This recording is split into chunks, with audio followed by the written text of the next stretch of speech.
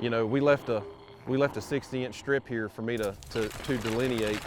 So, you know, each one of our plots, we just bump it over an extra half row, and it makes it easy for us. But you can see, so this field here, we planted this and then we had like 6 inches of rainfall, so we weren't able to get our residual herbicide out. So we'll actually have to come out. You can see we've got a little bit of mare's tail popping up. We'll get this sprayed here within the next probably 5 to 7 days, and get this field cleaned up. And you know, we're already here.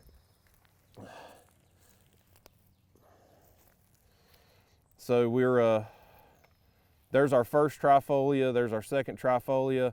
We're just starting to pop out our third, and actually our fourth trifolia is just starting to bud out of the plant. So this field right here, we're getting ready to make our foliar pass. This one right here, we'll come out, we'll hit it with a pint of soy sauce. We always use the green cap, low sodium soy sauce. And we'll mix in a compost tea, and we'll mix in a ½ pound of sugar at this timing. And that's one of the things that we started focusing on. Back in 2017, we met Dr. Jonathan Lundgren, who's an entomologist. He was at the USDA at the time. But bugs cannot process complex sugars. And so Brix readings have, you know, if you've never heard of Brix before, it came from the cattle side where they were checking sugar content in forages.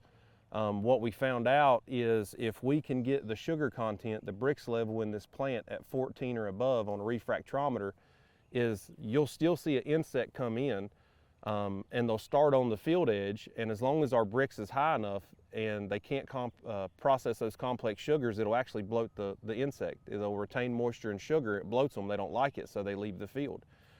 So we use sugar as a preventative for some of our insects as well, where we're adding sugar into our foliar sprays is to increase that Brix level.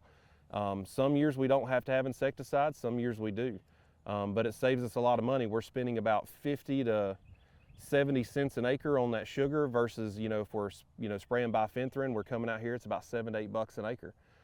So if we can cut our costs down about $6 to $7 an acre, spray sugar, plus we see a health benefit to the plant, it's able to actually metabolize that sugar, which gives us, you know, some pretty good growth out of it. But it's time to start hitting these beans, and most of our other fields, you know, we'll try to hit that third trifolia. It's typically when we try to make our first pass, and then for us, we found out that critical timing on soybeans is at 6th trifolia, so we'll come back out and we'll hit it again, typically around the 4th to the 5th trifolia, and try to load that plant up.